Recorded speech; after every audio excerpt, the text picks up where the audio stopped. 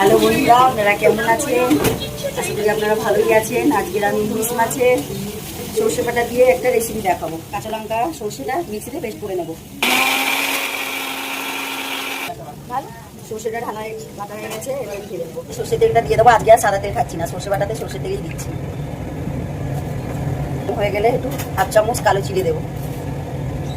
এই জন্মদিন গেছে, ভালো কিছু রান্না করে দিতে পারিনি, শরীরটা ভালো নেই। সর্ষে বাটা ইলিশ মাছ দিয়ে করে আজকে ভাত দেবো বলছি।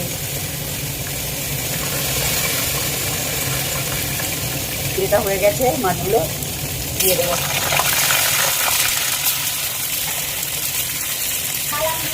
সর্ষে বাটাটা অল্প জল দিয়ে দিলাম। তেলের মধ্যে শুধু সর্ষে দিলে সেটা হয়ে যাবে। গোটা কাঁচা লঙ্কা কাটা দিয়ে দেবো। পরিমাণ মতো নুন দিয়ে দেবো। আপনারাও আপনাদের পরিমাণ মতোই দেবেন।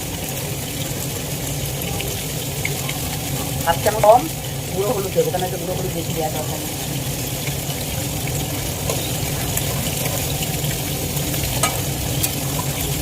আমি কিন্তু মাছটা ভাজলাম না, কাঁচা ইলিশই করছি।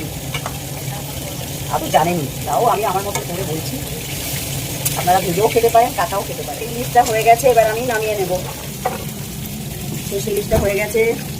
দেখুন বন্ধুরা, এখানে মাছও ভাজা আছে। এই রেসিপিটা দিলাম না, আমি আপনাদের বলছি যে শরীরটা আমার ভালো নেই, তার জন্যই আমি এই রেসিপিটা দিতে পারলাম। অন্য একদিন দিয়ে দেবো, আজকে সর্ষে ইলিশটাই দেখালাম।